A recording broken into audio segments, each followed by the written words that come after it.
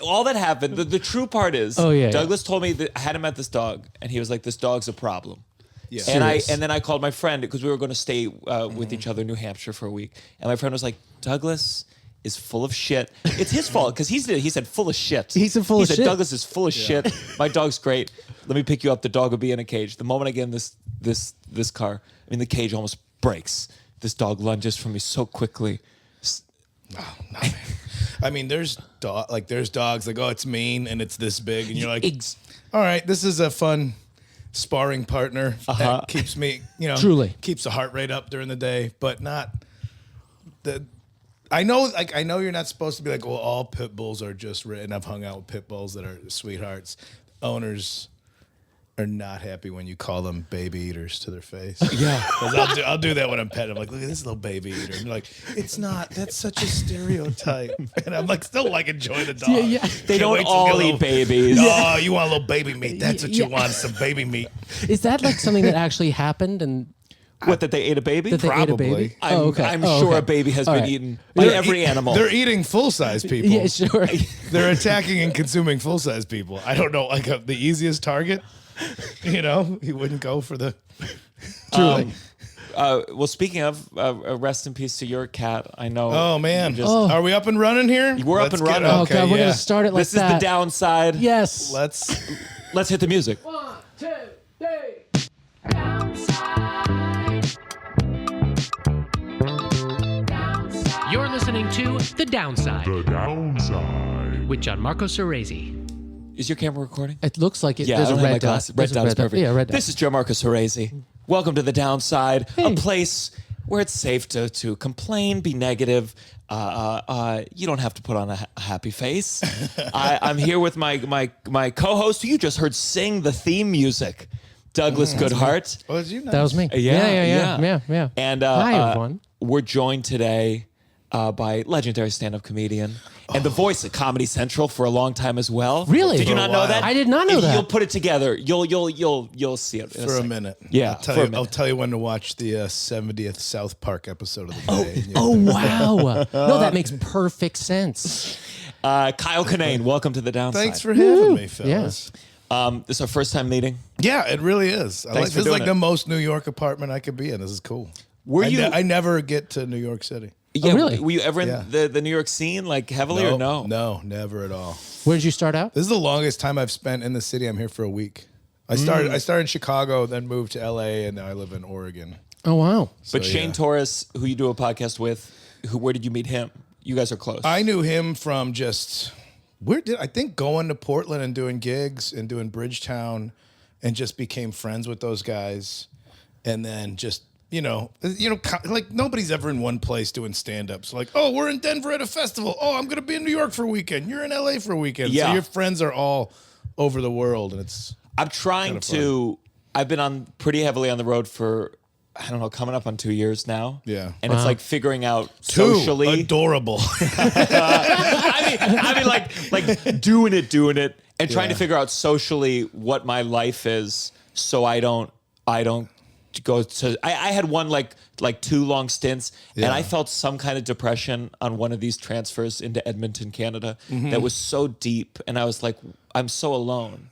Yeah, and I'm figuring out how to, maintain a social sanity. That's funny because I'm on the opposite side where it's unless I'm at home, I can do like a Hampton Inn for 3 days. It's perfect. Coffee machine, Showtime on the TV. Yeah. But now, like here for a week, I don't know how to socialize this much. Come to the cellar. I don't know. No, I don't like. Oh, you're tired of it. Yeah, I get. Like I found out. Like I always thought, like introvert meant you like don't like people, and like that's not the case. I just get exhausted with social. Like that's what they say. Yeah, you're an extrovert. I am an extrovert. I'm an introvert. But that doesn't mean you don't get tired at the end of the day from like trying to think. Okay, this person's this. I'm going to ask them about this, like trying to keep a conversation going. That takes energy. What it means is I lay in bed till 1:30 here in New York going, there's so many people out there.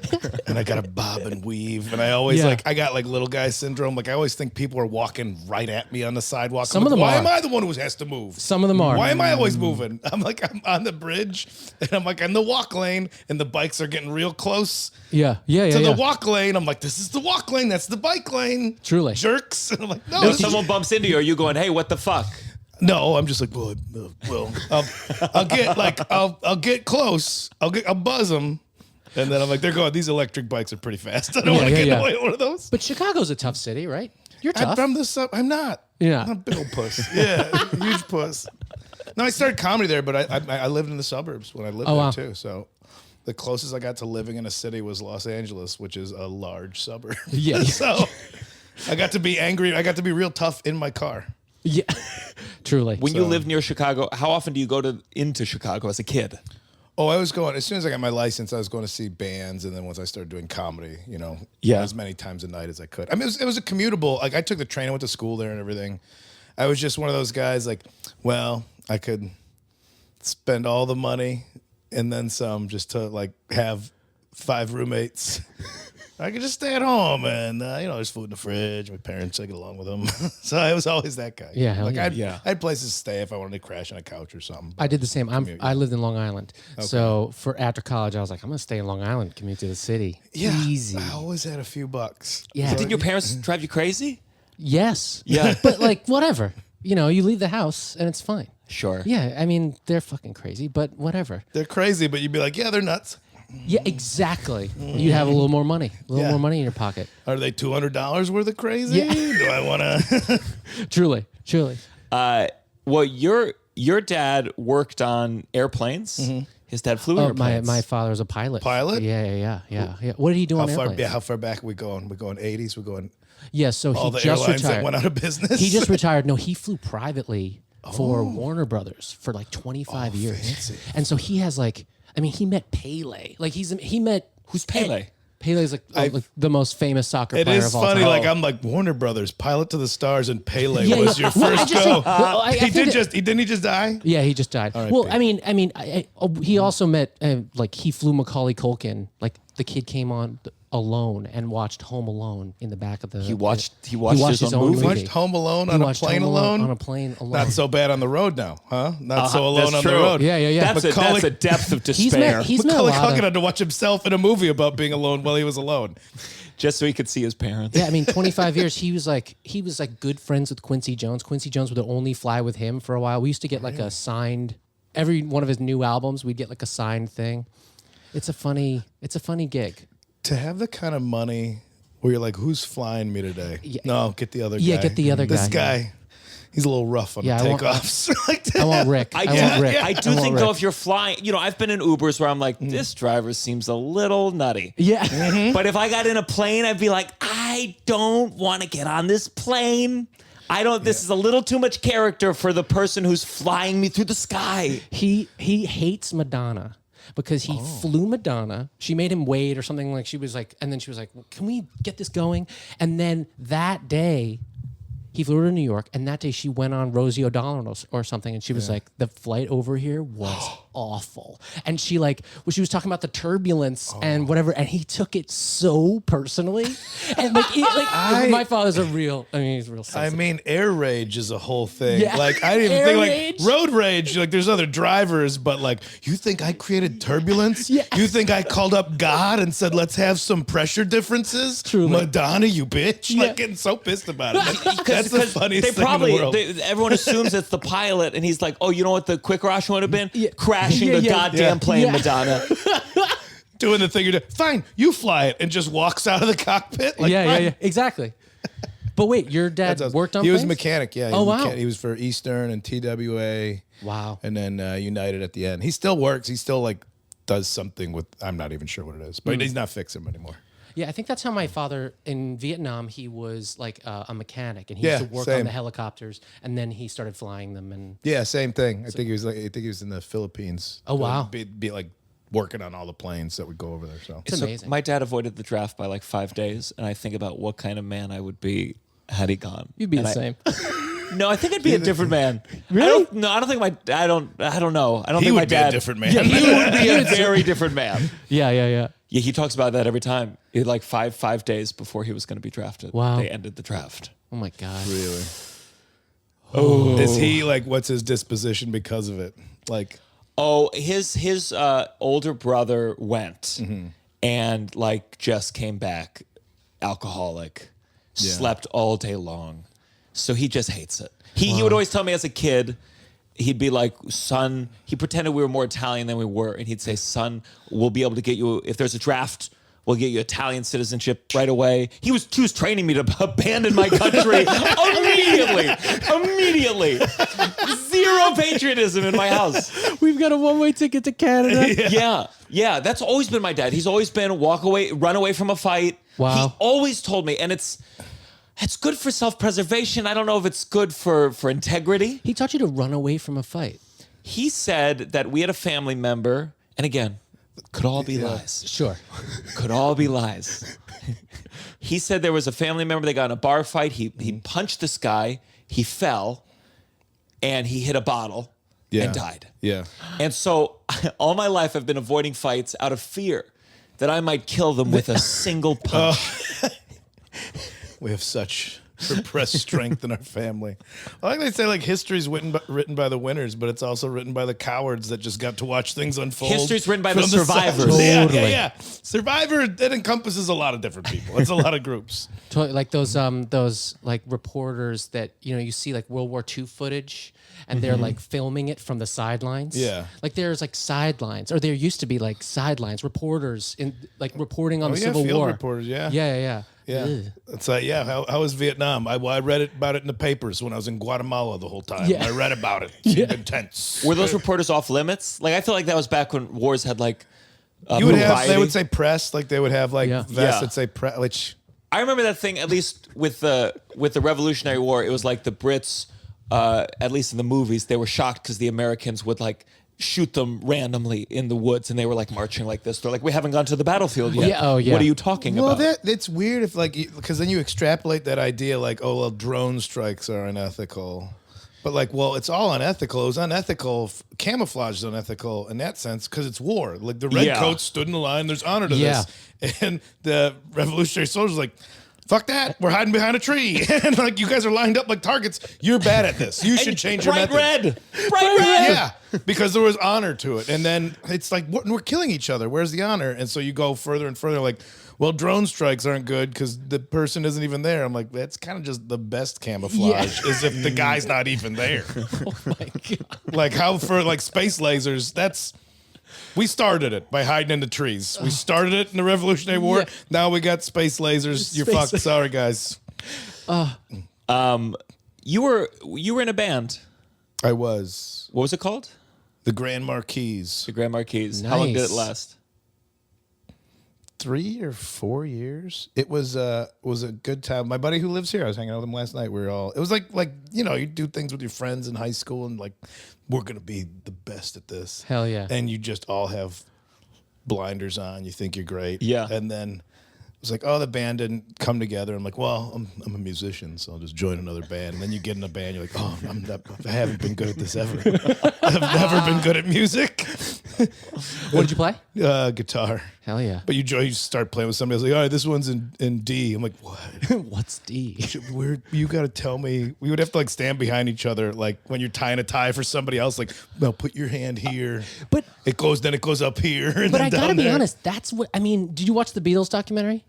I did not. I did Okay. not. There's moments where one of them plays a chord and someone else goes, wait, how do you play that? And they're doing that exact same thing. That's musicians all over. You're right. We were just like the Beatles. You guys were just like the Probably as Beatles. good The as the Grand Beatles. Marquis are just like the Beatles. Wait, Punk? Had What was the? Yeah. Had the name spelled wrong and everything. Oh, really? So yeah, we couldn't know. We both drove Grand Marquis. Our parents had like these big boat cars called Grand Marquis. That's a cool name. Yeah. And then we didn't know how to pluralize it because it's French. Oh, yeah, Grand UIS. Marquis. Yeah. And so Yeah. we're like, we're the Grand Marquis, and people are like, so you're the Grand Marquis. Like, no, it's plural. The Grand Marquises. I'm like, nah. Just, all right. And then we never made merch. We're not going anywhere, so you don't need to learn this at all. Don't even worry about it. We never made merch because we couldn't agree on how to spell it.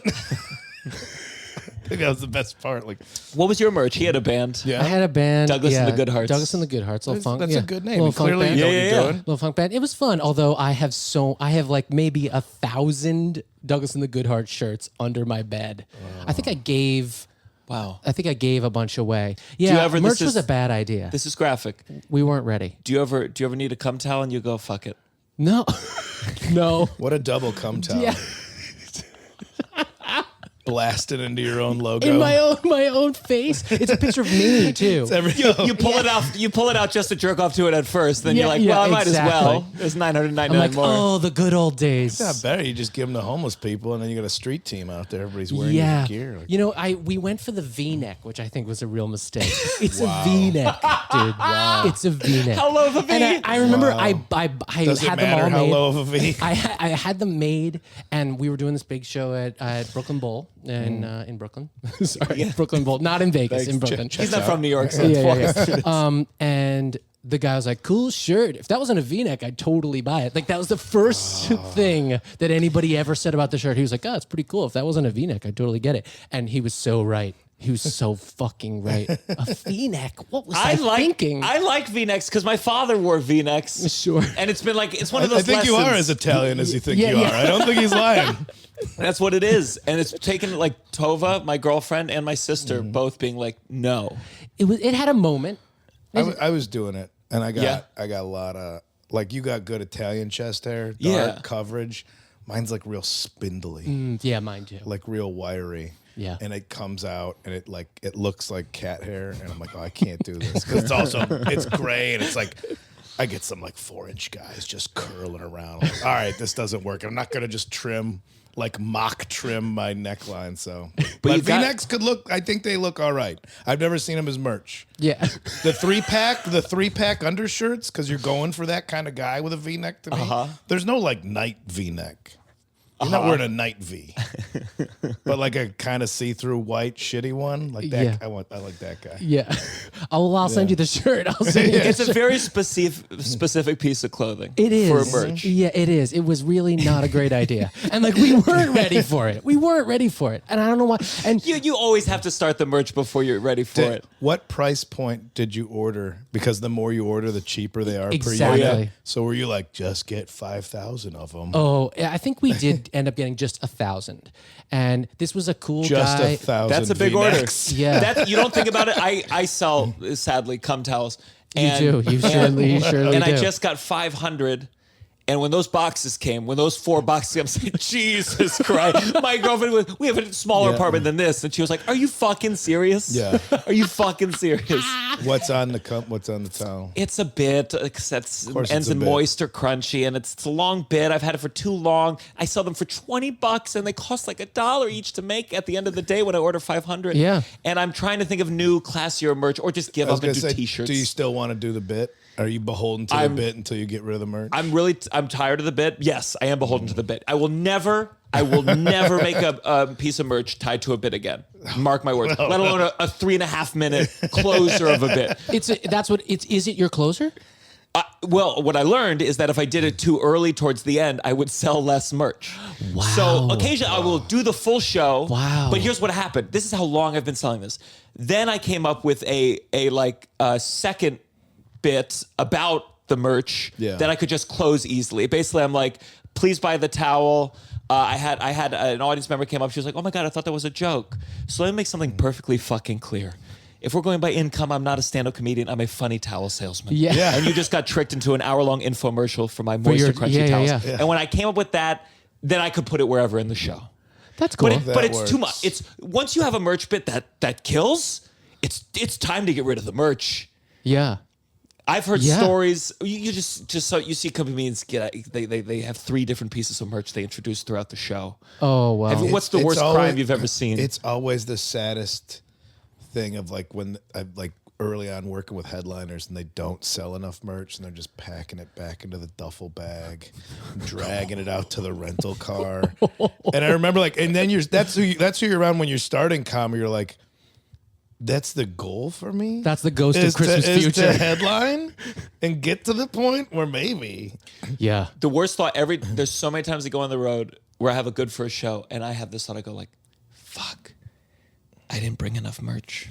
Wow. And I have never not brought enough merch in my entire life. And I always know how little merch I sold when I have to weigh the bag on the way back from the airport. I was just going to ask, do you have to pay to check the bag? So do you ever lose money selling merch because you had to check the bag? I don't have to sell much. Don't have to sell much. 2 towels, that's $40. True. Yeah, that's true. That that's covers the cost. Yeah. I'm too lazy to bring it. I don't even bring. I got my travel kit down to like. I'm out for 2.5 weeks. 3 pairs of pants I got. That is luxury.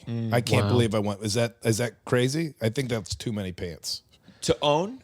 For 2.5 weeks on the road. For 2.5 weeks. 3 pairs of pants. Are they all jeans? 2 jeans and a third option. Okay. That's and a khaki? more or less like a jean.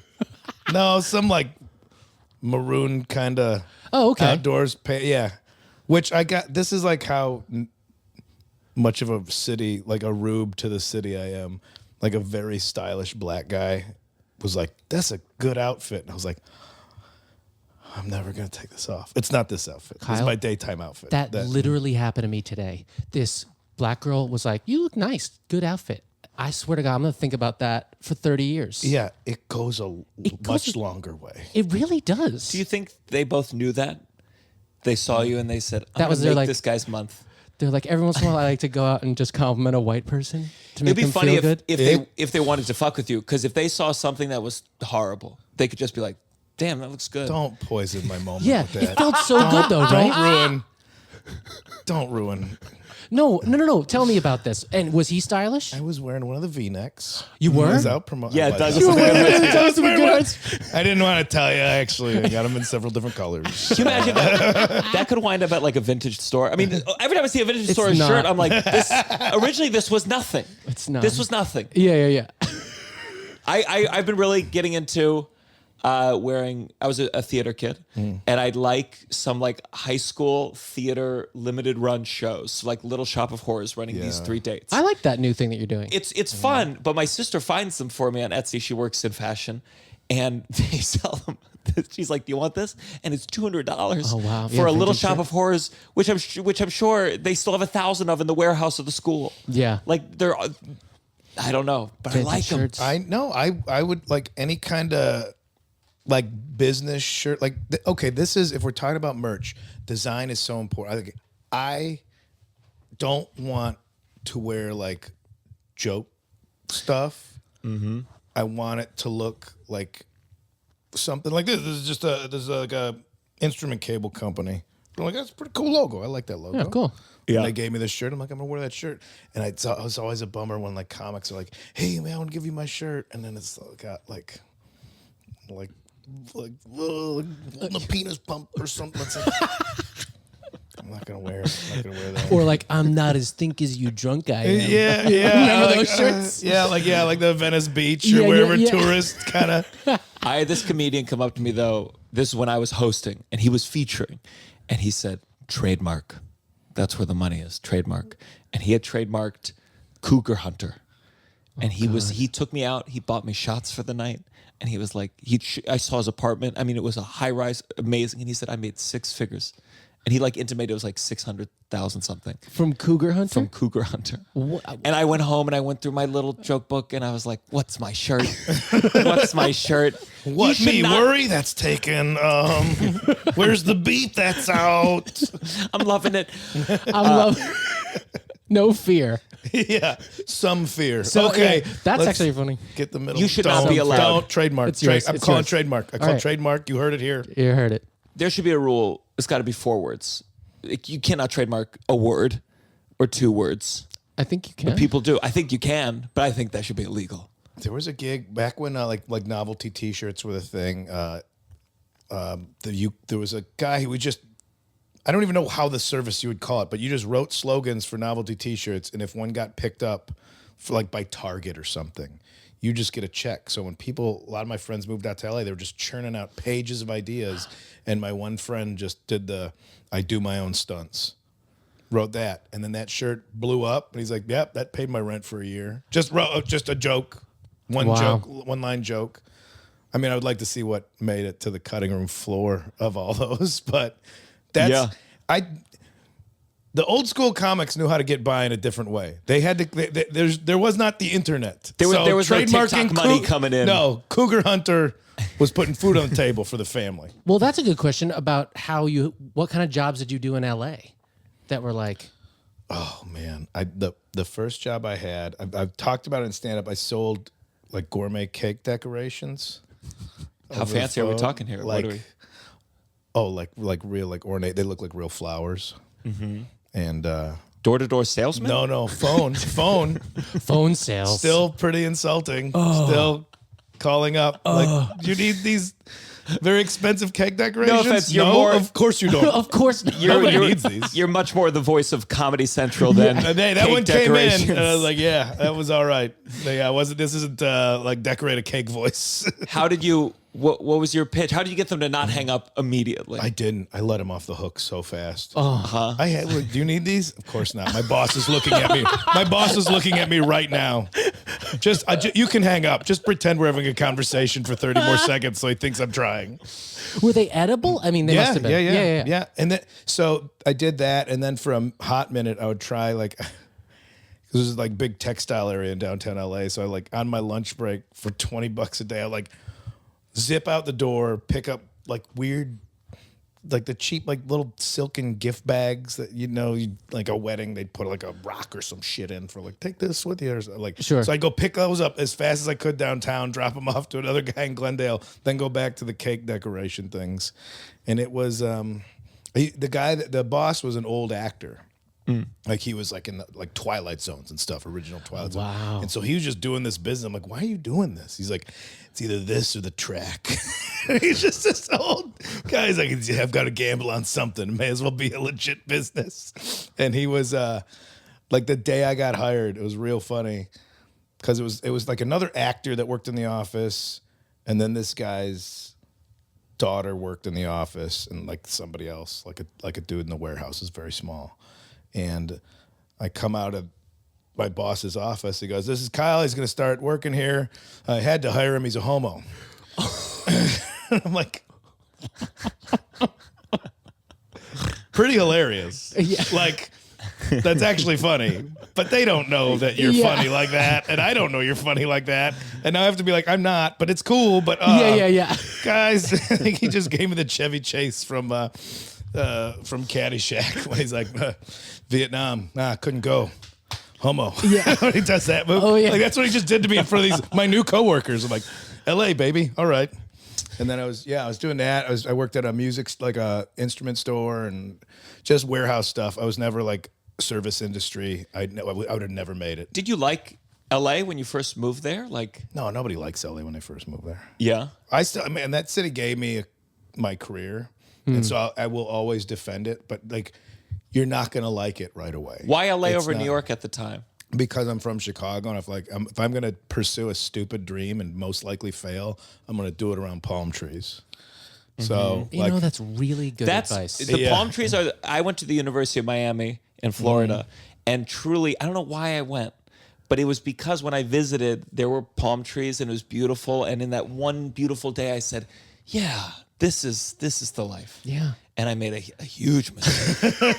Gigantic mistake have been made in the name of palm trees. Well, we all went to art school, right? Yeah. I was just listening. You were writing? My third attempt at college was a liberal arts college. Yeah. What were the first two attempts? What happened? I was at community college, which was so fun. I was like, well, this is this much fun. I can't wait to go to regular college. That's what they don't tell you about community college. It's fun. It is, yeah. And then I didn't even make it a state at state school. Wait, so how long did you go to community college? I went for a year. And then you switched to state school because it was... Because I was like, no, let's get in gear, baby. Let's get in the city. Yeah, hell yeah. You go to college. Your band's going. Your band's going to be huge. The Grand Marquis, baby. Yeah, Grand Marquis are going to pop off. Hell but yeah. we better make a good effort at college before we start touring. And then I think I drank myself out of there in like 2 months. I didn't even make it to the end of the semester. And just drinking? Not even like party. Like, I was still going to shows, and I just wasn't going to class. I couldn't get my shit together. Yeah. I couldn't get this. I couldn't be on my, like, get up and go to, and also, fuck, okay, now we're spending thousands and thousands of dollars. And my one class, this guy's 200 years old. It's overhead projectors, you know, and he's got it in the corner of the room. Whoops, sorry. No, everybody's like, we can't see what you're teaching us. He's and he just smacks it. So then it just goes in the other corner of this auditorium. And I'm like, this is thousands of dollars of education. I can't pass this class the way it's being taught. Then I go to another class. It's like some rudimentary geography thing, and a woman's using a Xerox machine from the original printing press. And it's like, all right, identify all these countries in Eastern Europe, and it's like a map that's been copied, and it's like this big, and like, what? Everybody in the class is like, we all failed this. Because she's like, what's the equipment we have? And I'm like, it was really hard for me to get enthused about higher education. Yeah, totally. Yeah. And I was like, I think this is kind of I just think about how much of education was just memorizing stuff that I then forgot a week later. And I mean, years of that. Yeah. And I've always had a shitty memory. So I'm just like, why was I doing this? I don't remember any of it.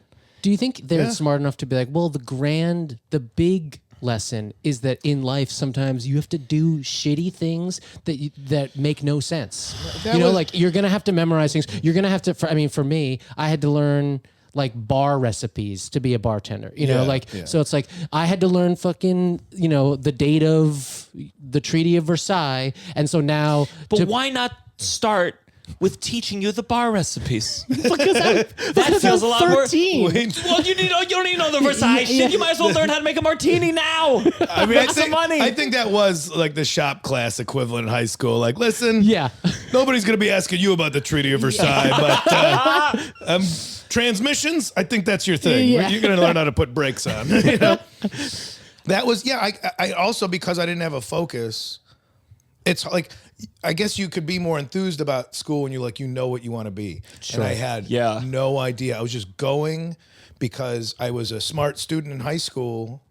And so you were expected to go to college, which I think is one of the most fucked up things in America. Is like you go anywhere else, they take their gap year. You graduate your primary school. Absolutely. Go around the world. Yeah, fuck off, party, get laid. But also learn all these different cultures and go, immerse yourself. And then you come back to a country that's going to offer you education for little to no cost. And you're going to go with a more informed idea about the world around you to guide you into what you might want to be later. As opposed to like, hey, you know how you're just a fucking idiot beating off in the basement trying to pass algebra? Well, that's over. And in 3 months, you're going to go into 25 grand worth of debt immediately doing the same thing. And having no clue. I think it's a fuck system. I just think the gap year, I love the concept of it. I think of myself at that age, and I don't think I would have done anything cool. I think I would have stayed home. I think there'd have to be a push. There'd have to be, your gap year has to be in Europe, away from all this shit. But I would have loved that because I knew what I wanted to do, and I think that prevented me from finding the thing I should have done. Whether it be stand-up or something else. I was like, I'm a theater guy. Oh, okay. And so I didn't have that moment of partying or I don't know. But I agree. I think a gap year would be focus nice. Isn't bad. Like, so you went to school. You went right away. 18. You went down. To 18 University right of away. Miami. And I was like, I'm gonna practice every day. I didn't party, and now I'm like trying. You've always been a very focused person. You're very focused. I mean, I did musical theater school too, in Boston. But I did not focus. I was fucking high. You guys were like the horniest ones in high school. True. Like, as much as I wanted to do theater in high school, it was like the theater kids. I'm like, I can't be around this. This is so weird. Horny. This is weird energy. Truly. Somebody's always crying. Oh yeah. Somebody's crying. Everybody's fucked each other. It's like a commune. I'm like, it's basically like The Beach. Yeah. Yeah, like that movie, like that's with Leonardo DiCaprio. That commune, like that's every time I saw theater kids, like everybody's fucked each other. Somebody's jealous. Somebody's sad. I'm like, I can't do this. At my high school, the black box theater had this thing, this closet that we called the office, and it was a student-run office. It was called the player's office, and people used to just fucking turn the lights off and make it happen in there on school grounds. Of course they did. And all the way? All the way? What base. Number 4. We're talking second base here. I mean, it was called the Ward Melville Players, and it was like a club office, and somehow it was run by the students, and it was just like an off limits. It was crazy. Did you ever? Yeah, I hooked up with somebody in there. I can honestly say. All the way? Not all the way. Not all the way. I did not get laid in high school. What'd you do? Mouths, fingers? What was it? Mouths and some touching. Just petting. Heavy petting. Under the bra, over the bra. I don't know. Over. I remember. Over. Man, the first time I really made out with. This is just my own The story. first time we made Are we out. supposed to talk about sad stuff? I'm Yeah. sorry if I'm getting everybody off track. Well, this will get a bummer real quick. Yeah. I remember the first time I made out, I was probably like 15 or 16. And we made out at some party. And at the end, she like got up and she said, sometimes after making out, I like when the guy sucks on my tits. But I also believe you should always want him leaving more. And then she walked away. And I was just like sitting there just like, to me, this was the most mature statement a person had ever made in my entire life. What part, what clip of dialogue from a porn she overheard in another room, and then She definitely Marlene Dietrich, leave them wanting, let me just mishmash them together for something sexy. That also reeks of like an older sister who doesn't really know what she's talking about either. So it's like, just say this afterwards. Yeah. Oh, but I always remember. I remember the second part. Always leave them wanting more. Like it just it just really stuck with me. It really that is a very theater kid thing to say. Well, she didn't say it. She sung it. She said, "Always leave them wanting more," and then she tap danced out. Well, moving to LA when you're not sure of theater kids is got to be like. I knew I was going for stand up, so I was like. But you're surrounded. Yeah, but it's like. Less theater kids and more just hopeful dipshits, I think it's much more than here. It's people like, maybe I'll just be famous. And so it made stand-up difficult because then stand-up is flooded by people that just think they need eyes on them and they're not respectful of stand-up. Was that always I know like recently, especially now, actors doing a little stand-up to break in, but was it always that way? No, it was always this kind of, a manager would be like, well, you could always start doing stand up. Just get eyes on you. Yeah. Which I honestly, if you were going somewhere, like if you were moving there to start with theater or acting, like that seems so much harder because where do you go? Like, well, I got to get an agent. How do you get an agent? I wouldn't even know that path. I'm like, at least I know here's a list of open mics. Here's a list of independently run shows. Here's the comedy clubs that showcase these things every night. There was like clear paths to getting on stage for stand-up. But there was less actors back then. I had an acting teacher who said, like back in the 70s or 80s, she was like, when I got back in town from vacation, I'd call the casting directors up like, I'm back in town. And they'd say, thanks, Jackie. We'll give you a call soon. And now that's unfathomable. That's unfathomable. Do you think that was real? What that led to? No. I swear it was like 7. Like I think she was probably like a respected actor, but she said that she would let him know. And I think that was before there was. I mean, there's so many actors. I would love to see a graph. I've never seen a graph, but I'm sure it's horrifying. Can we talk? Like, do you watch Barry? Yes. Yes. So Henry Winkler, like the acting teachers are their own. I like out of high school, me and my buddy Bob were like, fuck it, we're at community college. Let's take an acting class. Hell yeah. And the theater teacher at community college is like, so like when Bobby approaches a scene, Robert De Niro. When Bobby approaches a scene, we made it 3 days. We're like, get the fuck out of here with this shit. We just quit the class. We're like, no, you're calling him Bobby? Yeah. You're calling him Bobby? You drove a Nissan Altima here from Streamwood. You don't get to call him Bobby. Bobby De Niro. Like, I do think there's that thing in terms of like, for me, it's like the scale of cynicism where we're actors, but are comedically minded. Yeah. But I could handle that sincerity, that kind of bullshittery of acting for a period of time. I hit an age where I could no longer do it. I had seen behind the curtain too many times.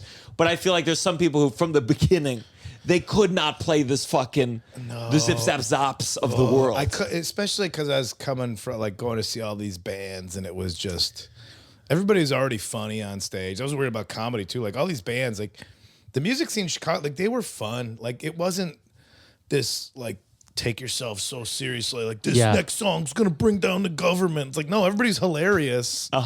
Like they're already funny. I was embarrassed to tell people I started doing comedy when I was still going to music because like just you mean the shit you do between songs? Oh, you stand there by yourself now? Yeah. How indulgent. So it was hard for me to let go. Yeah. And do like a theater type thing when especially like 18, like I'm trying so hard to be punk rock and like you're just crafting this person you want to be viewed as. And that was not part of it. Like being open and vulnerable and mature, like to be, you have to be mature to be an actor in some sense of like, okay, I'm going to let myself be this person. Like I make fun of acting all the time. I'm like, oh, good job. You can play pretend. We all went through that stage in life. Way to go for it as an adult. But again, that's just me being very guarded and, Yeah. It was a theater history teacher, and he was talking about how when he stopped being an actor, he was like, I got tired of pretending I was walking through Jell-O. And that was his like example of like, and part of me was like, okay, but you're teaching theater history. You're not better than walking through Jell-O. You're in fact, you're studying the history of people who walk through Jell-O. That's what you've dedicated your life to. I started from year 0 up until Jell-O walking. It's the period of theater that I studied. Yeah. They didn't already have Jell-O. That's the thing back then. They had to imagine something else. That's the skill. It was like Apollo's juices. Yeah, it's more of a porridge. I thought what Barry did so well was, especially in the first season, it's like the acting teacher would have this deep moment with you, and at the end would go, and remember, you have to pay by 12 o'clock tomorrow. Yeah. And it's like these. It's because I do believe there was some beauty in some of these teachers, but they're dealing with the most financially unreliable income in the world, acting students. So they also have to become this very like, remember, and it's... Oh, see, I went the other way where it's like they always know they're doing it about the money, but they'll pretend to be interested in your career. But that's why you couldn't do the most important part is the money. No, they had it. They have deep down. I don't know. Looking back on it, it's like I look back and I'm like, some of it feels really valuable, and then there's other times I'm like, no, it's all bullshit. I mean, I haven't booked anything in a long time as well, and that we could edit this part out. We could edit this part out. That informs my feelings. Well, we did bring up your cat, Dirt Nap. Oh, you want to get sad? Yeah, do want to get sad. Yeah, let's get sad. How long did you have the cat? I'll give you the rundown of this cat. This cat ruled. We moved to Oregon, and this cat was just out in the yard. And it was girlfriend's brother had lived in the house before. Like, yeah, that thing's been out here since we've been here, kind of just being in the yard. And like we put some food out, and then finally we were talking to neighbors, and like, oh yeah, that was a stray. It's been a stray cat for 16 years. Oh wow! So 16 years in Oregon, like dealing with it. Yeah. And it weirdly enough, they're like, yeah, the woman who had it, she like, it wasn't her cat. She like rescued this litter of kittens and just like decided to let them live in the yard, but they were outdoor cats. Yeah. She moved. She would come back like once a week just to feed them, just to put food out in parts of the neighborhood so the cat could eat it. And so I met her one day. She was out on the street putting food in a bowl. I'm like, oh, hey, I'm Kyle. I'm actually feeding the cat. She's like, oh, that's great. That's how I found out about her bringing them to the neighborhood. She's like, yeah, there were these barn cats. I just put shelters in my yard and thought I could kind of take care of them. Wow. But then, I don't know, she's kind of sketchy because then she moved and left. But she's like, yeah, I'm Kyle. I live with a guy. Or she's like, I'm Rachel. I live with a guy named Kyle over in that house. I'm like, well, that's weird because I'm Kyle and I live with Rachel here. And so now I'm like, this cat's doing some Pet Cemetery shit. Oh, wow. Like, this cat's never going to die. It's undead and is just finding Kyle's the most vulnerable people. But so we started like putting food out for it, and eventually like, oh, why'd you come in the house? And then it just took over, and it was all like, so that was about a month or so ago that we had to, put her to sleep. But at that point, it's a 19-year-old cat. So I'm like kind of just thinking about what a good final few years we got to give the cat instead of being sad that it's gone. Did you bring it inside? Oh, yeah. It was one of those like, man, it'll never want to be inside. We had pet doors everywhere. Oh, wow. We had litter box. We had everything for that cat. Spoil it. 19 years old. Get in here. Sleep in the bed. We lost a cat when I was a kid, and I think some cats just go away. They like hide in the woods to die like alone. That's their thing. Is like they will go off, and we didn't want it to happen, so we had somebody come to the house to like, let's get it all its favorite food and everything. That's what they say. They say when it's ill, at some point, it'll just... Why? Because I think it's just... They mask pain very well. Cats do. Can you imagine if parents did that, though? You just... Honestly, Dad stopped picking up, and he's like, he's not dead. He just walked into the forest. He just walked into the forest. He didn't want to put you through all the trouble. But as a person, you're gonna know when somebody's totally sick, and a cat's still like, I can still get on the bed and everything. But it's like it was like we were giving it like subcutaneous fluids, like we were giving it an IV. That's why I'm still trying to make jokes about it because that's how you process grief, and the audience is not ready for me to be like, oh, I had this cat that died, but I talk about like. The vet just gave us like a bag of fluid and a bunch of needles. Like, really? Yeah, it's easy. And it's like, I'm not a vet. Like, it's much more like, you've done needle drugs. Like, that was their attitude towards like, you know how this goes. And I'm like, what? So I'm not like, this is medical and here it's fine. I'm like, this is going to be so good, baby. Don't you worry. Oh, man, we're going to ride the cloud dragon soon. Like, clearly I've not done heroin. I don't know if that's what it's like. But I'm just like, trying to put on Lou Reed or some shit for the cat while I shoot it up. But so we were doing, subcutaneous fluids and all these medicines. And it was just towards the end. It was like, oh, yeah. Where did you have to put the injections? You could put it, it wasn't a vein thing. It was just under the skin. So you'd like, but it was so skinny, like at the end, I think it was only about 5 pounds. Oh, my God. Which is like real. Like, so there wasn't even... skin. Like you pull the skin there and you just got tight everywhere else on the body. There wasn't a lot of meat, so it was fucked up. Like because it can't feel anything back there. Yeah, I see. So it wouldn't scratch you or anything during that. No, it never scratched, never hissed. Like for being like, I'd watch it sit out there and fight other cats. I mean, the thing didn't take any shit. Yeah, wow. But then would come in and just kick it with us and like never hissed or scratched us or anything. So so you still it was an indoor-outdoor cat. You didn't take it all the way in or like domesticate it. No. We just like we were like luring it in through like putting food out, and eventually, like we don't lock it in the house, so we just gave it pet doors, and it just came and went as it felt like it. Wow. And it was it's kind of it ruled. Were you surprised how sad you were when it all happened? No, I knew exactly how sad I was gonna be. I would because I was like.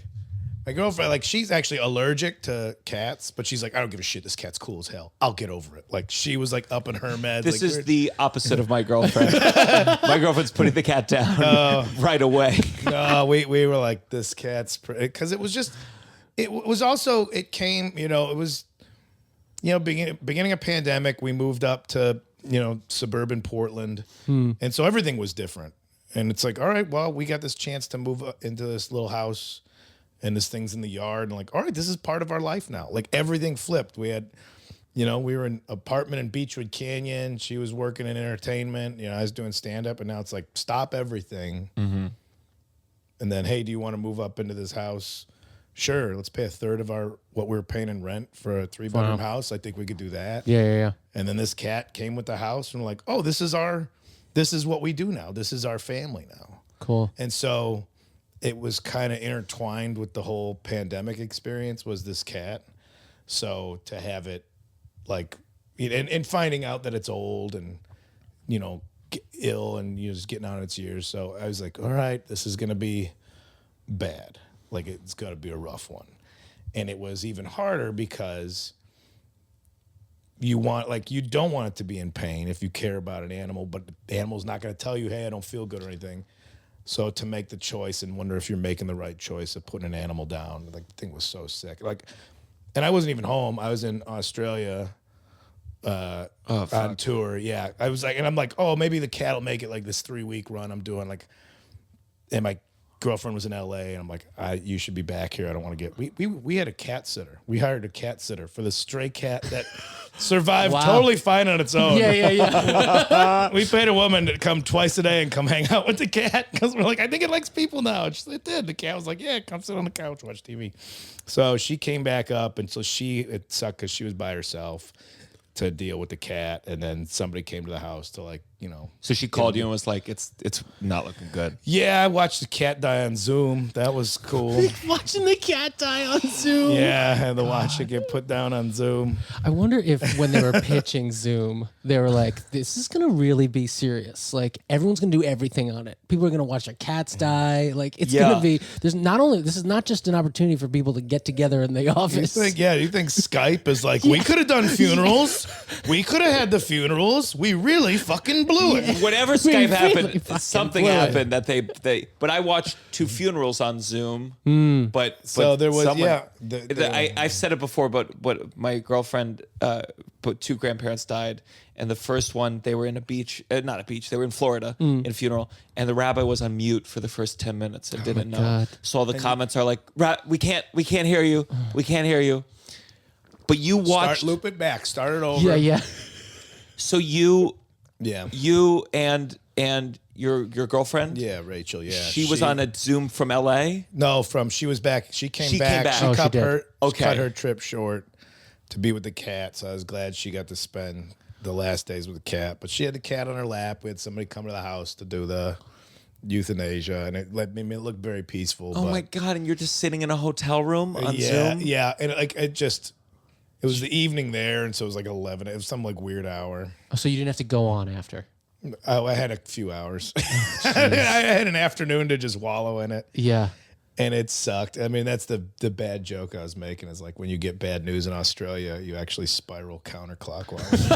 So that's, Coriolis effect. There's jokes, yeah. And the audience is like, a cat died. Yeah. And they're like, could you knock it off with the fucking jokes? Oh, I'll give you the third one. They said it's about like you can't measure grief, but you can if you've ever cried over clumping kitty litter because it just chunks up and it's about a half pound worth. Oh God. I'm fine tuning that one. That one gets the Australia one gets laughs because it's just a good quick joke. The other one's too graphic for audiences, right? Like, did you? Which is also that's the first joke I wrote because it was very true because the cat was real sick and I was cleaning out the litter pan like sobbing and I'm like I'm watching my tears turn into little like fritters inside of the litter pan. Oh my God. Yeah. When you got back, did you do a little funeral for yourself? Did you cremate it? Yeah, we got a little box of ashes. I mean, this cat was celebrated. I already had like a portrait done of it, like large portrait. The cat looks mean in it too, which I like. Interesting. I'm getting more of a sense of who you are. It's a celebrated animal. Yeah. You know, the cat was. It's not like. Where is old this cats portrait? and dogs. It's hanging in the living room. All right. Okay. We got some other people have submitted some little art pieces over the years because we did the Instagram thing with it. I'm not ashamed of it. No. We like that cat. My phone is physically heavy with cat pictures. I don't know if that's how digital works, but I think it's heavier than a normal phone. The phone's like we've run out of memory of just the cat pictures. It really is. You just go in and it's just blurry orange the whole thing through and. We tried to set up an OnlyFans for it because then we're donating the stuff to the ASPCA. My girlfriend's like, I got to keep submitting my driver's license and shit for this. Like, I'm not doing it for the cat. Like, I get why there's thresholds for OnlyFans. Like, sure. We'll just do the Instagram for the cat. I'm like, it's fine. It's fine. OnlyFans wants to expand out of porn. They've been wanting to for a while. They're doing comedy roasts and now kitten. They're doing comedy roasts? Oh yeah, they had something. Yeah, Whitney Cummings produced 2 comedy roasts for OnlyFans. Oh, wow. And I tried to watch it at the airport, but I couldn't with the Wi-Fi because it blocks OnlyFans. Sure. Because I thought I was looking at porn at the Starbucks airport. And I was like, I'm just trying to watch. What's more embarrassed, watching porn or a comedy roast at the airport? I still have the Whose ashes. tits are those? Jim Norton. No, they were Bert Kreischer's tits. They were definitely out. No offense, fellas. Come on, jokes, baby. We still have my childhood dog. The ashes are still like in a drawer with my dad's records. And one day I gotta spread them somewhere. A box of ashes. Yeah. It's, it's. I mean, the box is only this big. Yeah, your box your is box too is tiny. small. 5 pounds. Yeah. An ashtray worth, I think. There's a comedian named Erin McGuire. She said she won't do this bit because it's too dark, but she's very skinny, and she says she always fantasizes about having like the smallest pile of ashes if she's cremated. And I'm like, it's so funny. And she's like, no one likes it except for you. So funny. No one likes it. Did I'm somebody like, smoke "That's it." half a pack of cigarettes? No, that's it. Yeah. That's That's great. let's see. That's it. I'd talk about the cat for another 6 hours if you want to. I love that fucking cat. Are you gonna get another cat? No, I mean not now. It was again that cat came into our life, and like it was like a serendipitous kind of relationship. God Like, forbid you all see a right, wild raccoon. You're gonna be like, this is a sign. Tony, I'm toying with trying to like figure out the crow situation. Yes. I want to start. Have you seen this? What? No. People, you start. Go ahead. You can like crows are real friendly. Yeah, and you can. And you could train them, and they'll bring you like gifts. Yeah, if you start giving things to a crow, eventually you'll find like little things that it found. It gives it back. It'll be like, oh, a crow found like a shiny piece of like whatever, and brings it to you. Nice edible arrangement right at the Yeah, top. a nice. Learns your address. I mean, you know where my mind went immediately was money. I want to train the crow to bring me money. This happens. If you look on TikTok, Yeah. if you look up crows on TikTok, I swear to God, it's really if happening. you look up crows on OnlyFans, yeah, it's senior porn, and it's not fun. But crows. it's I think the crows are my next move. I only want animals that are already out there doing a thing. Yeah. I don't want this idea of possession, because I don't want to get a cat that then it's only an indoor cat, because that doesn't feel right to me. Like, this cat already made its bones out in the street, so you're fine. You come and go as you please. Like, I do think that's like a dude like dogs. Guys want dogs because they can control dogs. Like it's always like, look at it does what I say. Look at the dog. Like, loves me. Like, no, dog wants food and is obeying you. I totally But agree. this it's like this macho thing of like, I get my dog to do everything, and it's fucking, I'm a guy. Yeah, there was this guy who lived below me in Boston, and he got this cute little blue pit bull. And I went to go pet it. He goes, no. I'm training him to be mean. It's like, oh, great. Oh, fucking why not great. just kick him? Yeah, exactly. Wonderful. What does that mean? Wonderful. What's the point of having a dog if you're not going to pet it? That sounds like out of a bad movie. Oh, it's terrible. It's like such an It's insecurity thing. It really is. It really is. Yeah. I could talk about dog owners. all day. Dog's gonna obey me. Oh shit, I'm late for work. Like, all right, so who's controlling you, man? Like, well, come on, let's Nice. get it out. Yeah. We both watched your special. Mm-hmm. A Bed Bath and Beyond reference. Sure. That is it's over. Bed Bath. I also had a joke with Bed Bath and Beyond, and it's shutting down. There are so few. They When filed, did that happen? Oh, they're closing. A couple weeks ago. Yeah. Really? I did go to one, I think 5 months ago, that was like the location was closing. Like, oh, everything must go. I've never been in a store where they meant like the shelving. Oh, yeah. Like, Yeah, you can buy the shell. Like you want the light bulb. Oh, it was like You want the cash an register? extension. It was everything. Yeah.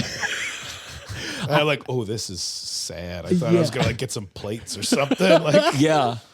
but I was like, this is bumming me out, guys. I felt. Why do I feel sad for a business? After they give you the cash register, they're like, "Do you need any work for me?" Yeah. My job's also disappearing, as you can see. What are you doing today? Yeah. I think they're gonna let me cut out of here. I think I could take a long lunch. I wish I had gone when the announcement happened. It's too late now, but I would have loved to have gone, like, get all the sales. But I know if I go now, it's gonna be 3 things on the shelves. Yeah. It's gonna The be all worst the trash Beyond. can in the world. Yeah. Like, I bought a trash can once where you had to get the same company's trash bags were the only ones that fit into the fucking trash can. my The God. And I was like, you simple son of a human. Simple bitch. human. The least simple thing in the world. Yes. Their letter coded specific trash bags. We have that. Got it. I need a new Got trash. We have the trash can where you have to somehow tuck it underneath the sides to like kind of pinch it in. Oh. And I can do it. My girlfriend She cannot. cannot do it. And she does it, and then you throw a piece of paper and it falls in on itself. Why don't you just do the garbage? Why isn't that just your chore? Oh, yeah. Right? Because like You Joanne, guys live together? Yeah. Okay. right? Like, do you split? I mean, like Joanne cleans the bathroom. I never clean the bathroom, but I'm like the kitchen guy, and I take out the garbage. She never touches the garbage. I generally do the dishes. And that's it. No, I generally do the dishes. Trash seems to alternate. I agree. But once in a while, you're also away. You're also away. I'm also away. Thank you very much. I'm away. I do the gross shit. I do like the union level stuff. Like I'm scrubbing toilets. Oh, really? Like, and I feel like that earns my but I touched little poo bits. That's something I wish you should do a couple more things because I'm touching poop. I'm hiring all the TaskRabbits. That is I'm on the phone constantly. TaskRabbit. When Tova did, she's surprised me with stand up for my birthday. She did a 5-minute set. Oh, that's One right. of her jokes was, "I'm so weak, I had to hire a TaskRabbit to hit her," something like that. That's funny. And it was very funny coming from her. And then I said, "Hey, I'm going to try that on stage." They did not funny like from it. you. They would rather hear about kid and litter, tears. Put them all together. Make it the saddest set. I'm confused. So your girlfriend does not do stand up. She's a manager with Mosaic. She's a comedy manager, but she started in stand up. And is very, very funny. Yeah. She really I did deeply a great job. believe. Same. My missus, I'm like, if you ever want to do stand up, she's like, Oh, really? She's funny. Don't you want Yeah, to? she's like, I don't need that shit. I'm like, Once in a while, if she puts opened food on the table, road, but you don't need that shit. What does she do in the business though? She's writing now. She's doing well. Nobody's writing right now, but she was. Sure. She worked at Comedy Central as an executive, but went to film school. Oh, wow. So she's been doing she directed a short film. She's been writing her own stuff. She's like, all right, I'm ready to move back to LA. I got all my scripts in order. And then writer's strike. It's like, Oh, fuck. all right, maybe we're just hanging out in Oregon for a little while longer. But yeah, it's also like just, you're funnier than you're around my friends. You're the funny one. Really? But mostly I'm like, I was funny all weekend. Though. You could have Sunday through Wednesday and talk to the gang. Wouldn't it be fun I if don't do she jokes on Monday or Tuesday. if she opened for you, did 15 on the road? She would not want that. I don't. I begged my Do girlfriend. you want the couple the? No, I just feel like there's a couple gigs when I get I'll do a one-nighter in Hawaii. Let's go. You do 15. We get all the money. We both get flown. Something. I just mean, you once in can a just while. take her to Hawaii if Yes. you're already doing the show. Yes. That's what Yes, I've done. you could. I'm doing a show in Hawaii. Why don't you come with? And She then could just come. You don't have to do any comedy. Here's what it is. Or you could go on vacation and not do anything. I have a real hard time. I finagle a show out of every trip so I can write it off on taxes. You guys are the same way. Yeah. There you Of go. course, If I of say we could course. wr't it off on taxes, Tova will get behind that. Yeah. That's Have what you we not been do doing it. stuff like that? I'm sure I have, but not. I don't know. Not together. I guess. You write off this place, right? I think so. You Part of me is like, absolutely what Is am I? this just a studio? Well, this was her place. I moved in the way we met. I moved in right Careful around the how corner. much you want to confess on. That's what I was saying. You give away all the IRS is texts. listening. Sorry. Well, I mean, you do use this place for a. I do. There's Yeah, no. yeah, yeah, there's no- yeah. Oh, it's an office then. Yeah, exactly. This is an office. Absolutely. Write it all over. You've been in this relationship for a long time. Yeah, about 9 years. A little over 9 years. We just celebrated. We're not married, so we. Do you ever want to get married, or is it like you don't give a shit? Good I song. like that. Someone just sang. If you're listening, But he's not.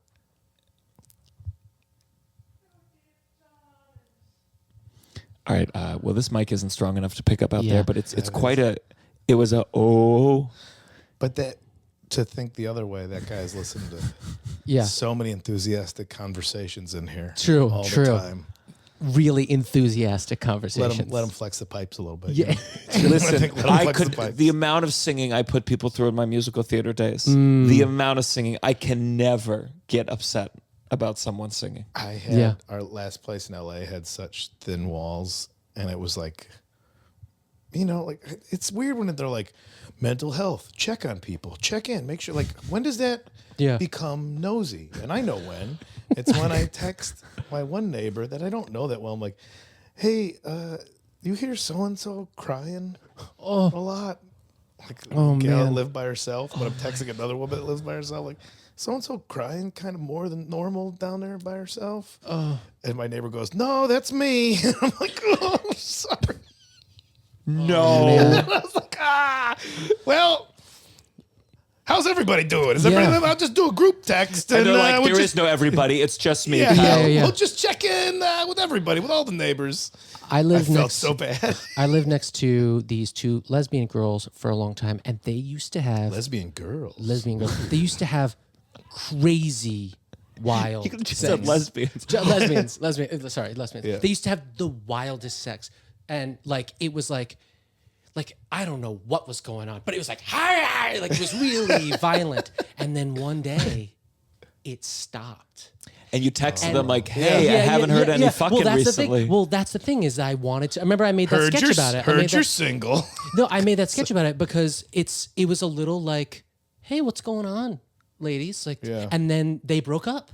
And I'd heard from another friend of mine. It's called lesbian bed death. This is something that happens. That it's something that happens in a relationship. This is according to a lesbian friend, where like both people's libidos kind of dive. They take a dive, and the sex kind of stops.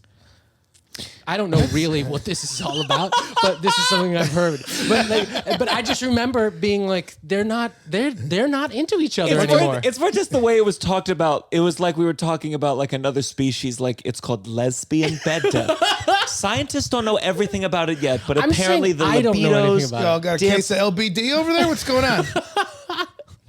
LBD? Has it befallen your relationship? But I wrote a sketch about it. I wrote a sketch about these two people that aren't like doing well, and their neighbor is like a therapist from the inside the walls, because he can hear like, you guys aren't having loud fucking angry sex much. Well, that was the realization for us, because it was like a 2 on top, 2 on bottom duplex kind of thing. Okay. And I'm like, oh yeah, we'd hear the dog there, we'd hear this one cry or use a vibrator, this one cry, whatever. Like, well, that just means they've heard us talk shit about everybody in the building every day.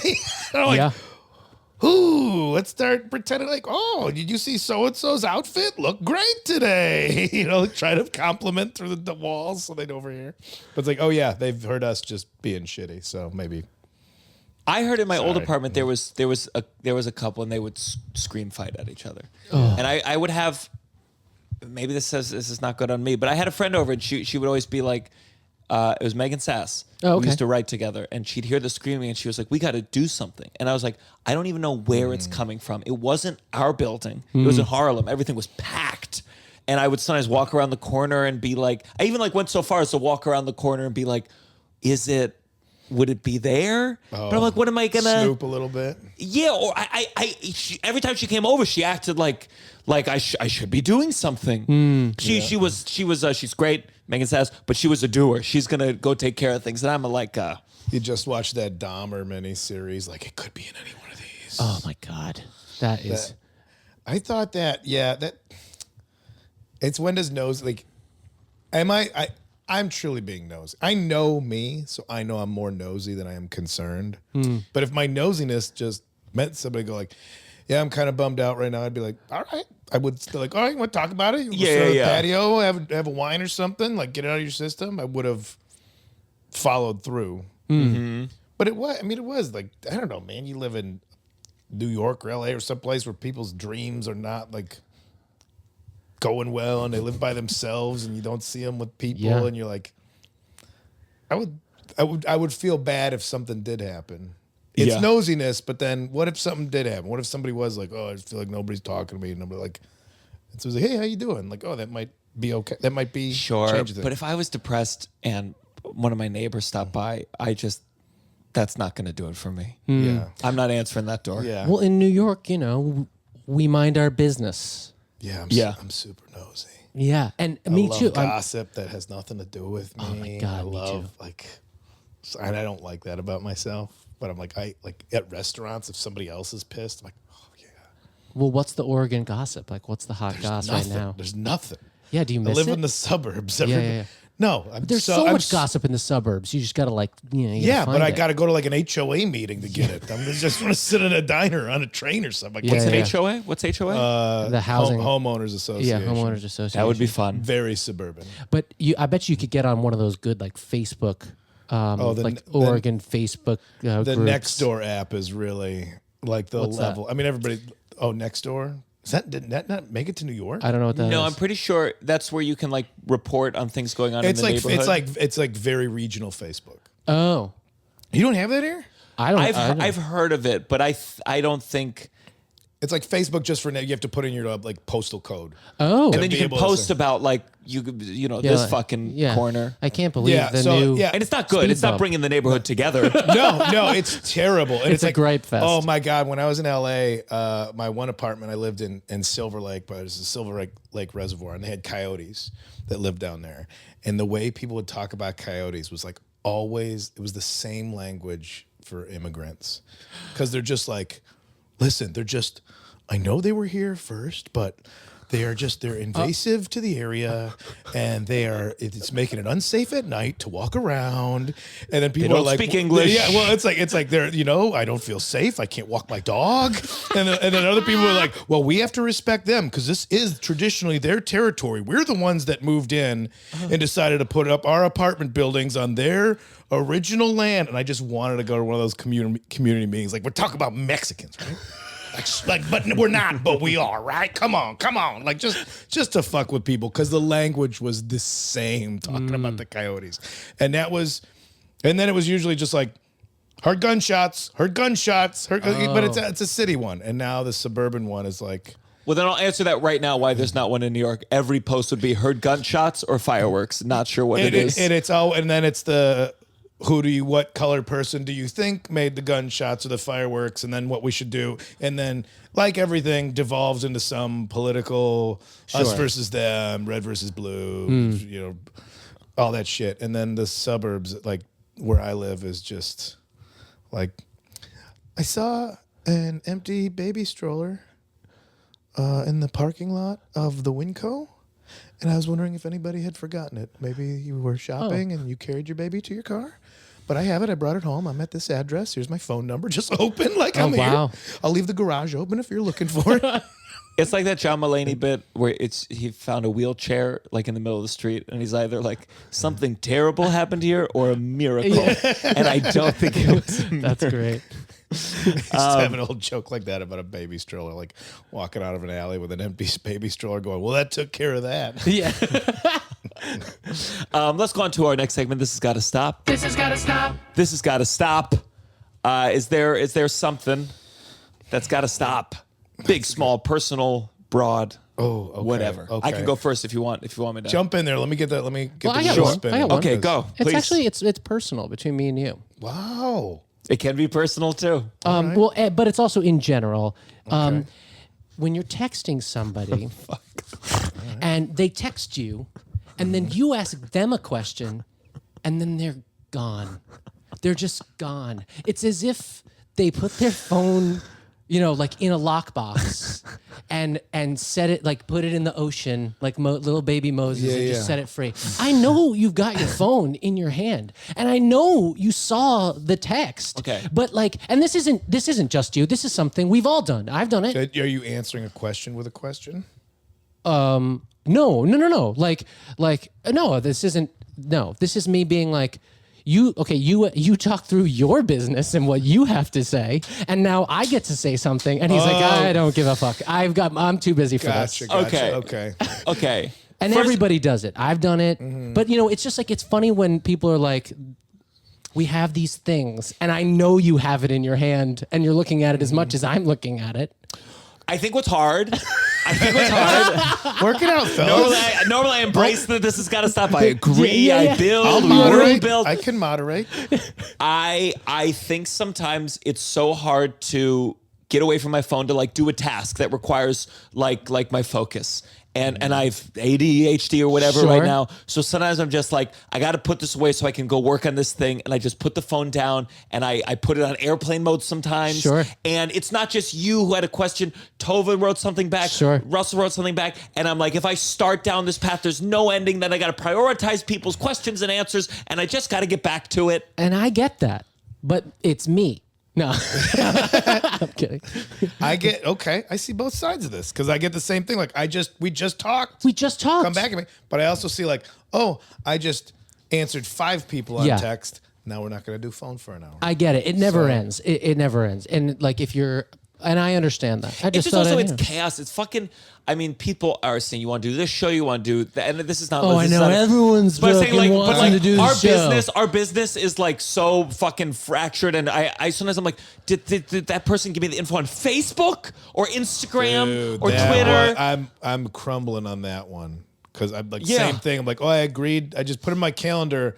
It'll just be like like Bubble Ass, which will be the name of a show, but I didn't write where it was or when it was, and then I can't look up Bubble Ass because like Bubble Ass isn't the name of the show anymore, And then I look at my phone and I always tell myself, put the details when you make the calendar event. But then I look at my phone and it says 8:15 closing. Yeah. And you go, Jesus Christ! This trip is a disaster. I had to look up your address at least 10 times today. And at least it came from management that's like, look, if you click yes at the bottom of this invite, it puts it all in there. Puts it in the thing. I got it. I didn't. That's the thing with shows. The reason you do like a flyer post on Instagram sometimes and tagging people is just to remind them. Yeah. It's just the reminder. It's not even for advertising purposes. Sure. It's very helpful that way. That I agree with. I agree. Both of you. Thank you. You're both right. I appreciate that. Yeah. This has got to stop. I have a quick. Okay, my big this got to stop, and this is like a liberal thing where some conservative Republican shoots a zebra, and they take a big manly picture over the zebra with the gun, and everyone goes, "How dare you?" And all I want to say is, do you eat meat? And if you eat meat, just please shut the fuck up. Because I get the zebra's beautiful. And I get that you don't see zebras very often. And I get that you've never had a zebra sandwich. Yeah. But this, and listen, I'm not a hunter. I'm not a hunter at all. Neither. But this like idea that there is a unique evil when you're doing this to other big fucking mammals who have similar characteristics as us. This idea of superiority or that they're uniquely evil because they hunt. I can't stand the judgment when you are doing the same thing. You've just made other people do your murdering for you and they don't take pictures of it because it's in a horrible factory. It's reactionary. Yes. That was Howard Kramer made a good point. I was on the road with him years ago and I'm vegetarian with some fish in there, but I didn't realize he was like vegetarian and vegan at the time. He's like, yeah, if slaughterhouses were fine, we'd just have them in the city so you could see it. They're horrifying. There's a reason you're not exposed to what's happening there. Yeah. So yeah, I get that. And I went as far as like, I was like, oh, if I wanted to try hunting out of the fact of like, all right, if I can't do this, I shouldn't be so comfortable. I agree with letting somebody else handle it.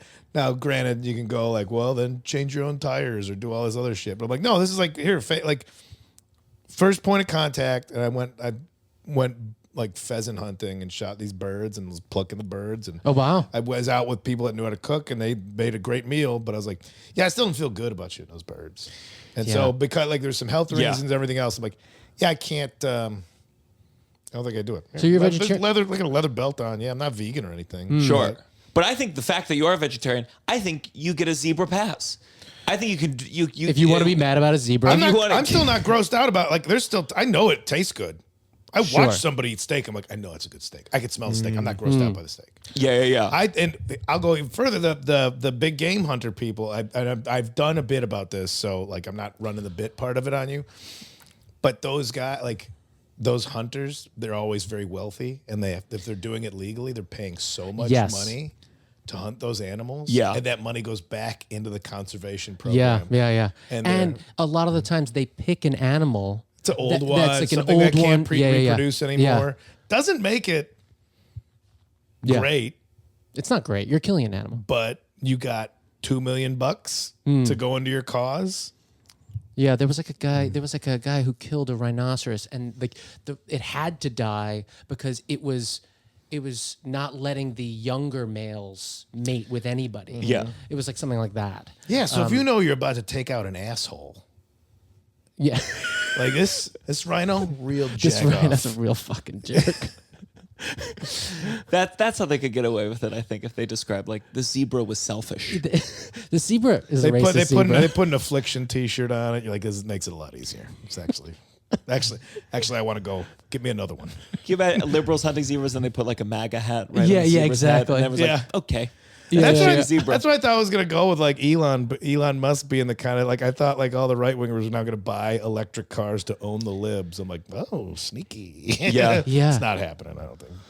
Yeah, my dad is so weirdly against electric cars. Yeah. He's on the right side of things, and he like. I was Not the correct side, just to be clear. Oh yeah, Your father's not on the right side. No, not on the right I would side. argue. In fact, he's famously wrong about everything. He called me right. Madonna's a wonderful person. She was just having a bad day. He called me right before Obama got elected for the second time, and he left me the most gloaty message it was incredible. He was like, "You hear that, Douglas? Last days of Obama." This was, and then the next day, Obama wins, and like it was amazing. He was so sure. He was so gloaty about it. It was amazing. I wish I had saved it. It was a really wonderful. Could you be funny about him with it, like throw it back at him, or no? In fact, now we don't talk about politics, and I'm so pissed. All this stuff coming out, Tucker Carlson, all that stuff. Yeah. I could gloat so much. And we don't talk about it because to save our relationship during the pandemic, it got really. It was really the bad. pandemic. Did you have a real like, hey, Dad, let's not talk about this anymore, or did it just happen? I think we both kind of decided to stop, and my mother was like, "You guys got to stop." Yeah, it's not like how many of those conversations you have like, Truly. oh, this isn't going well. Like my parents are both, liberal, but like CNN liberal, like oh, you're still getting, it's still the same version. Sure, you're still just getting news from that channel. Yeah, and so you're pissed about the same guy I'm going to be pissed about with you, but why? Well, because that channel told you. And now that CNN is going a little bit more to the right, it's like, well, now your parents are going to go along with it. I can't believe we live in a world where it's known that the channel's moving more to the right. Like that's so crazy to me. It's all crazy though. We're gonna move more to that. Like, wait, what? Do you remember when you were a kid? I remember being a kid and thought judges were neutral entities. Yeah, honorable. Like, and we're all just like, it's like this weird game where everyone's like, well, judges, they are neutral, but then it's like, no, they're not. Trust nobody who wears a robe during the day. Never trust somebody that gets to wear a robe to work.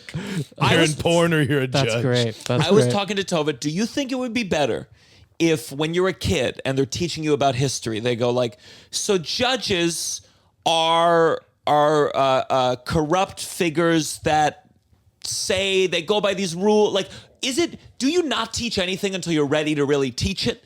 Or do you teach a cute version of it? Because no one teaches a cute version of the Holocaust. No one does a version of like, well, the Jews, they had to stay inside, and then later it was fine. But we do that with Native Americans. We do a cute version. Yeah, that's interesting. And then try to update them along the way. Yeah, because who's the bad guy in that story? And where are you going to school? What country are you going to school? Sure. Americans aren't the bad guy in their own history books. The bad guys are elsewhere. But, if it's American history, they're not going to teach you that America's the bad guy when you're also supposed to be getting some sort of civic pride out of the whole thing. Yeah. Maybe more so now, but I'm sure that teacher's going to get in plenty of hot water to be like, well, all figures are corruptible. If money will corrupt everything, we've allowed corporations to invade all aspects of our democracy, and that's who truly runs things. CNN and Fox are part of the same 24-hour news cycle because as soon as they realized they had to play news all day, they had to start making some shit up to get people to watch. Yeah. And that's why the commercials are the reason that news is on for 24 hours a day. Fucking Tide detergent is the reason that there's a 3-hour... The right is coming to put guns in the hands of fetuses in Texas or whichever version you want of that. It's commercial. Your dad was saying that the other day. Yes, And then the teacher would have to go further and be, students, just so you know, I'm also employed by a headmaster who is being funded by a lot of Republican parents right now, and I've had those strict instructions as well. Or let's question why you can only get Coke products in the cafeteria at this public high school, or why can you only get Pepsi products and not one of each? Because like it's almost like deal. somebody spent the money to get this school district on board, and that's why your textbook also has, a Nestle logo on the back of it, or just surprisingly more lessons about why Nestle's not so bad. Yeah, when I was in kindergarten or around that time, I learned later that the dads called both Microsoft and IBM. This is like in 1989, probably in early 90s. Yeah. I'm born in 84.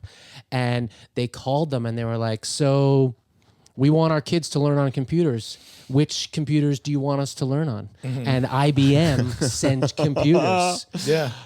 Wow. IBM sent all the computers, and we all learned on Apple computers.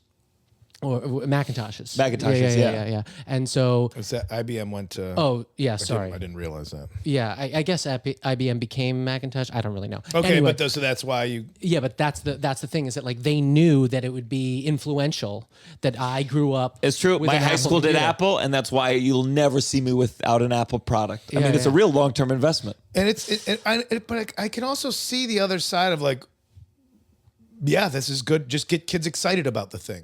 Yeah. Totally. Yeah. These are very expensive. These things. are expensive devices. They're not basketballs. Yeah. And it can be two things at once, right? Do you think your dad's also called like the NAACP and the KKK? Sure, and they said, we could teach two different versions of history. Yeah. Which do you want it to be? We got, let's look at the demographic, what the school is, and we'll get back to you. Oh, my dad. I love him. He just, he fought in Vietnam War. I think when you fight in the war, it changes you. I think if you fought in a war, well, did they fight? He was doing some crazy shit. Do you ever ask your dad? They made the airplanes go up and down. Yeah. I'm not taking this. No, disrespect. I already feel bad saying it out loud. I feel No. Have you asked your dad like the question you're not supposed to ask of like, did you ever kill anybody? No, I never asked him that. Because I know that he was flying helicopters, and so I'm sure people were shooting off of the helicopter or whatnot. Yeah. So you'd be like, how many dozens of people did you? But one of the things, the most interesting thing. How many to me, assists did you get? Yeah, assists. He's like John Stockton. Oh, that's so funny. Oh my god. But my favorite thing about my dad in the Vietnam War, is that he famously was like, Douglas, I went home. After 2 tours, I went to bed, slept in my parents' in my room at my parents' house, and when I woke up, it was all a dream.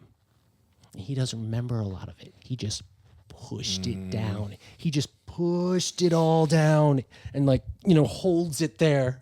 And I just think it's amazing. There are things that he just blocked out. Are you therapy guys? Yeah. Everybody is, right? But you're a more newly therapy guy. Yeah, I'm deeply entrenched therapy. Okay, I've dabbled in and out. Sure. I'm starting to come up on the other end. If I'm being honest with you, I go back, but if you get in that sense of if everybody went to therapy, they would really start figuring things. And then you hear like dads that are just like, nope, don't remember any of it. And you're like, yeah, maybe we leave that alone. Maybe that works for you. Maybe you're in your 70s. You start digging out behind the garage, see what's buried back there. Like, I think you're all right. I think you. There definitely is an age where you're like, oh, well, this is like a 15-year thing, so let's just no therapy. That's one way to deal with it. Drugs. Yeah, maybe the weed's legal. Just mellow. You had it back then. Shit, that might bring back memories. Never mind. Skip the weed. Skip the weed. Do you ever this has got to stop? Oh, this has got to stop. Oh. Shit, man, we could go back to the texting. I'll throw my buddy Shane Torres under the bus. He always texts. He's just like, "What's up?" Like, no, man, this is for information. You convey a thought. Like, what's up? Not much. What's up? Like, this is not the chit chat time. Oh, chit-chatting. I'm 46 with deteriorating LASIK, and I'm not gonna be like, not much. Like, get to it, man. Otherwise, rarely would I say phone call. This is a phone call thing. Does he have an ask after what's up? No, it's not. It's just like, it's just like a chat. It's a checking in, but you know how you could just start with so today I was thinking this or this or this. It starts like, it's happening. I'm not trying to do this, man. Like, you want a small talk? A little rainy today. Fuck off, man. tell me what you want. We're buddies. Yeah. It's so much less than, like, I realize I'm trying to falsify how mad I am about it because you started with a text thing. Now there's so many other. No, there's so many. Gotta stop. My dad is the worst text. Like, he will, like, I'll text him and he'll call. He will not text, which would be okay. Older man doesn't text, except whatever woman he's seeing at the moment. He texts her non-fucking stop. Really? He texts her all the because he's dating also, women my age, so they want to text a lot, and it drives me nuts because he won't text. And I see him text these women. So this has to stop as just a texting issue and not. I wish my dad would find women his own age. There you or did go. you cover that on a previous There it episode? is. Listen, there it is. We're not getting there. Therapy's everywhere if you're looking for it, man. The other day, I called my dad. He must have been talking to some woman that he's seeing. And this is really heartbreaking. I'm way over it. I've pushed it down. Yeah, you pushed it down. But he answered the phone. He was like, hey, how you doing? And I was like, it's me. And he was like, oh, hi, son. Like, he was just clearly so warm and welcoming to whatever woman he thought he was talking to. And then when he found out it was me, it wasn't like a, what do you want? It wasn't that harsh. But it was not warm. Oh, wow. It was not sweet. And I knew just off the warmth, you must think it's someone else. Oh, that's awesome. That's every dude. Yeah. If a girl's like, what's up? Not much. What's up with you? Let me look through emojis because we do that now. Even my own girl for 9 years would be like, hey, yeah, flirty. But like, dudes, get to it, man. Does it ever fuck with you? You realize you'll never know your parents as not your, like, as a regular person. Like if you met your parents in a bar. Like my parents met. I realized my parents. They're like, yeah, we used to both work midnight shift, like overnight shift at O'Hare. And we go to this bar that's open all night, and that's where we met. And then I'm like, oh, I've been in my 20s, and I've been at a bar at 5 a.m. I'm like, this is how my parents met? Like, oh, man. This isn't long-term relationship kind of stuff around here. I mean, I think all the time when I'm like, oh, I wish my parents had done this better, that better. I'm like, my mom was 25. My mom was 25 when she had me. Wow. And I'm like, that's a child. It's the same way you see, I think of all the teachers I had that were 22. And I'm like, I had a 22-year-old English teacher? Yeah. What the fuck was she doing there? That's crazy. Yeah. And I'm wild. 46. At this age, my dad was teaching me how to drive or just kind of sitting there being out of the house for a minute while I hit some curbs. But, like he was like, oh, yeah, you had a 16-year-old son.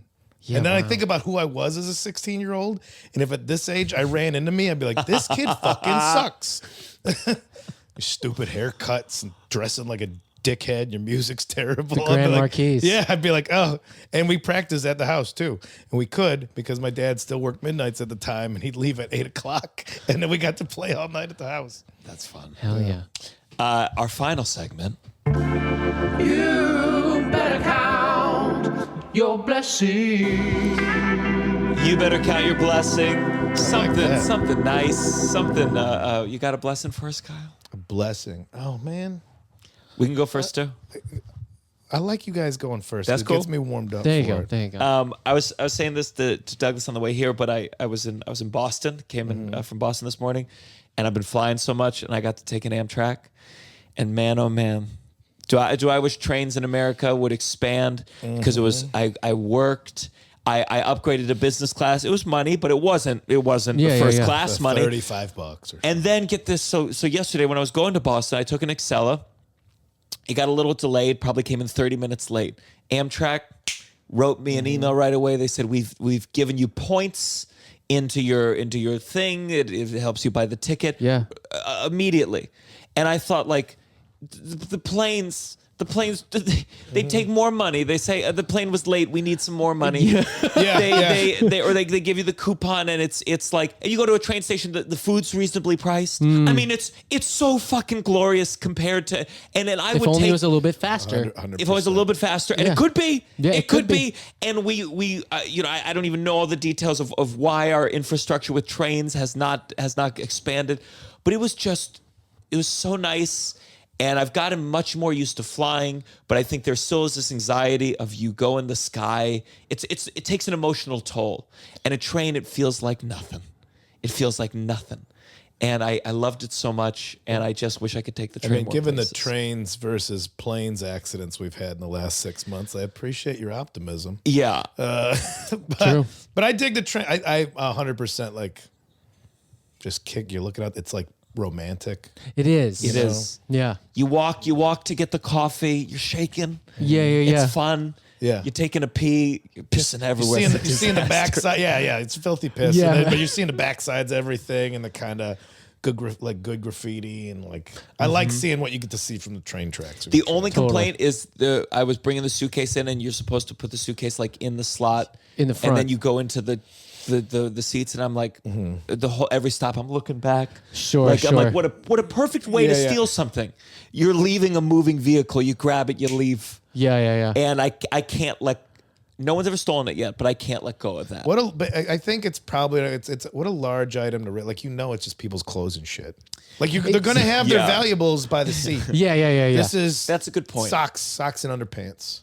Yeah, and cum rags. Oh my God! I had a merch box stolen once, and I thought like one day I'm gonna see a homeless guy with like just dressed in cum rags that say "Moist or Crunchy" with my handle on them. It's gonna turn. Yeah, it's like the black market thing. Like I don't have cash, but I got $7,000 in novelty towels. I think what's so funny is because they're worthless, but I sell them. I can activate them with a bit. They become worth $20. Oh, it's like crypto. That is really cool, though. But outside of it, it is like cryptocurrency. Cool. Like if I saw a homeless man dressed in 100, I could be like, that's a $2,000 suit you're wearing right now. Yeah. If I can do the bit. Yeah, if I can do the bit. Without the bit, they're worthless. That is a premise. It's hilarious. Just show up at my show. I'll put you on the list. You don't have to pay. But set up in the lobby. You're gonna make the money. Just trust me. You're gonna make the money you want from me on these. Blessing. Okay, so I'm about to. I already just got married, but we're having the party on Friday, and I'm really excited. And I'm thankful for my wife. I was thinking about. I saw two men walking down the street the other day, and they were wearing the exact same thing. Mm-hmm. You know when two people I don't know how it happens, but it's so wonderful or you see two girls and they're dressed exactly the same, and it's like there's a lack of cynicism that comes with what are you wearing? Oh, I'm going to wear that tube top with the thing and the Ugg boots. Okay. Let's be cute today. Let's be cute together. And they wear the same thing. Mm-hmm. I see. You say it was coordinated. It was clearly coordinated. Yeah. Or when you see sometimes when you walk around the Wall Street and everyone's it's like the dudes with the blue. Are you wearing a suit? I'm going to wear a suit today. Yeah, but it's very specific. It's like the Patagonia vest, the blue and the khakis, and they're all dressed the same. And I think it's really cute. I like it. They're oh, that's nice. The homogeny. Yeah, they're all dressed the same. It takes it because I would hate if you showed up and you were wearing this exact thing, I'd be mortified that we're wearing the same thing. But I like that these two people are you know what, we're gonna go out and we're gonna dress exactly the same, and we're just friends. They're not a couple. Someone wrote me today. I just think that's cute. Someone wrote me today who's going to be on the podcast. He was like, I own that shirt that I was wearing in a picture, and I said, I'm going to get Russell the exact same shirt, and we're all going to wear the same shirt for the taping. Oh, that's so funny. I just think it would be so funny. I like an adult and a baby. Their baby dressed the same. That's very cute to me. Sure. And that also takes a lot of effort. There's no store that's we sell regular size and baby size. Yeah, I bet you there is. There might be. I bet you there's a store where you can. I think we should start it. Yeah. I always, this is going to go back into this gotta stop thing is when you see expensive baby shoes. Sure, Nike Dunks. Yeah. I'm like, this baby's not using these shoes to their potential. It doesn't even need arch support at this point. Support. But then it's because it's the outfit, because it's for somebody else. But I'm just pushing. I've just dressed my baby expensively. I'm like, yeah. I take it back. Shane's off the hook. I get mad when people dress their baby in expensive. that's your new and designer luggage. You ever see a Louis Vuitton bag just tumble at the airport? And you're like, yes, fuck you, you fucking idiot. Designer luggage, get bent. Anyway, grateful. I'm grateful for when I get to see designer luggage fall off the carousel at the airport and get fucked up like everybody else's bag. Yeah. Also, I don't know, real nice, actual nice things. Sure. I'm never in New York. It's nice weather. The garbage hasn't started heating up yet. Did you walk over that bridge? I sure did. That's great. That's a great walk. It's a beautiful walk. That's a beautiful walk. I'm glad you did that. Yeah. How was I am legit I'm usually pretty curmudgeonly about New York, and this trip it's kind of got me on the. I'm almost there. Almost there. I'm almost there. Go downstairs and eat at that really good Chinese place that's right there, King's Imperial. Oh my God! Oh really? Is so good. It's the best. I was going to ask about the ramen place, but the Chinese place. The ramen place. I mean, the Chinese place was like, astounding. It's top really, 10 meals. That place is good, right down below us. That's damn good. That's good. New York needs some like more. People are hating on New York pretty harsh. New York is wonderful. People are acting like New York's a real shithole. Yeah. I was in Chattanooga, and it's called punching up down there. The driver was like, "Oh my God, I heard New York is filled with crime." It's brutal. And yeah, we don't have tornadoes 3 times a month to sweep up our villains. Sweep up the villains. I love that. It just gets rid of all the loose stuff. Yeah. That's amazing. Where can people find you? Oh, this is always the best part. Of like, I don't know how to it's just Kyle Kinane. That's my name, and it's on the internet, and it's at go on YouTube. You got a new special. Out. Yeah, special on YouTube. It's so funny. It's so great.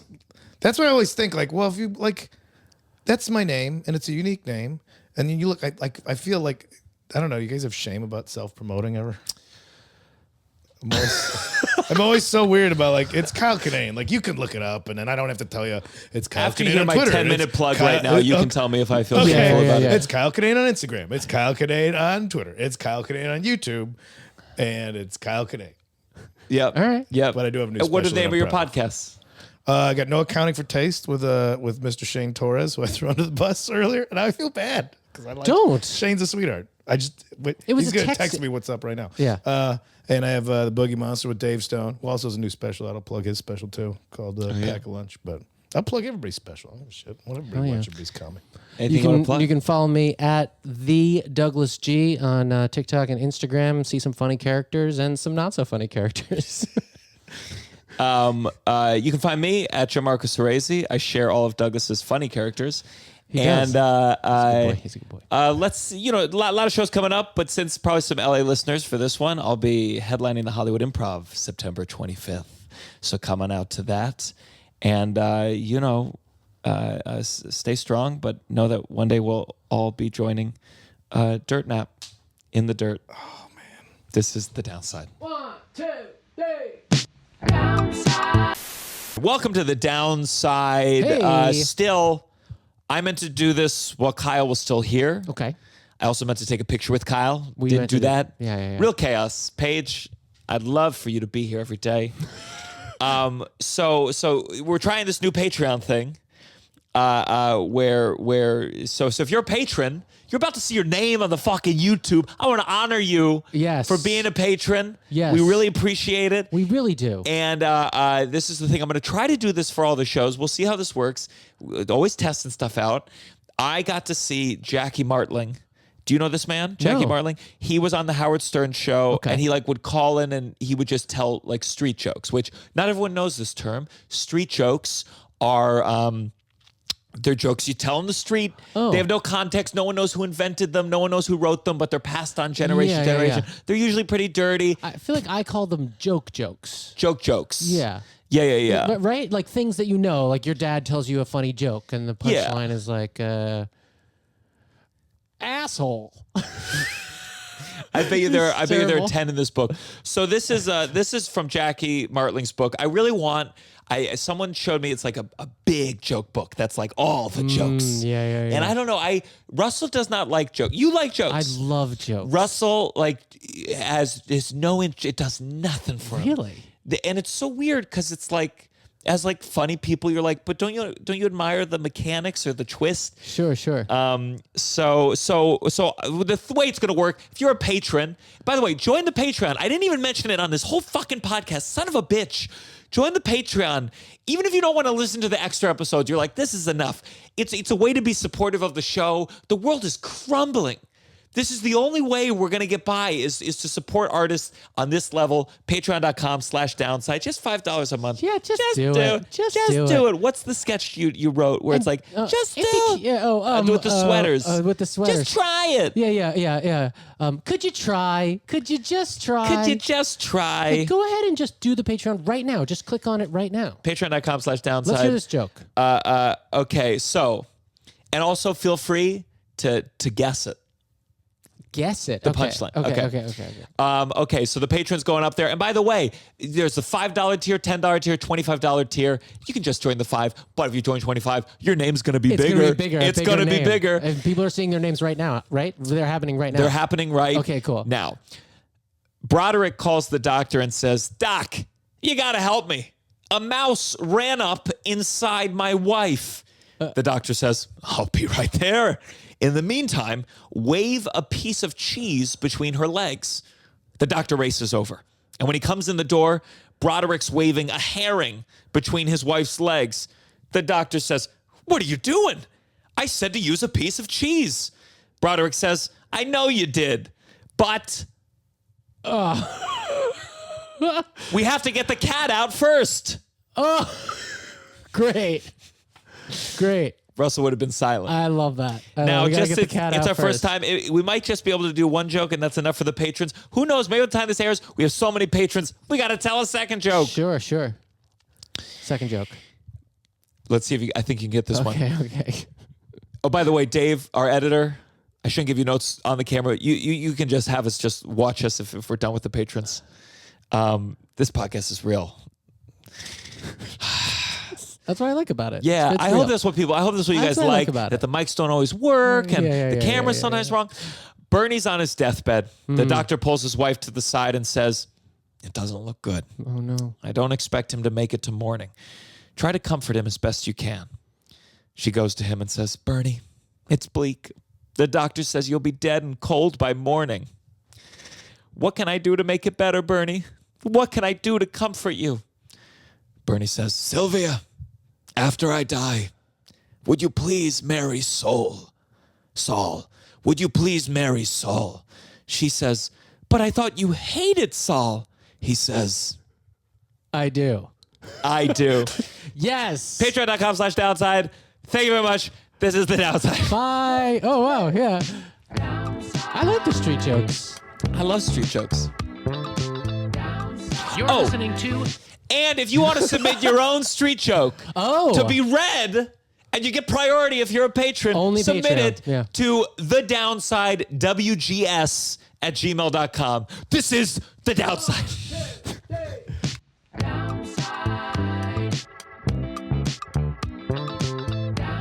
You're listening to The Downside The Downside. with Gianmarco Soresi.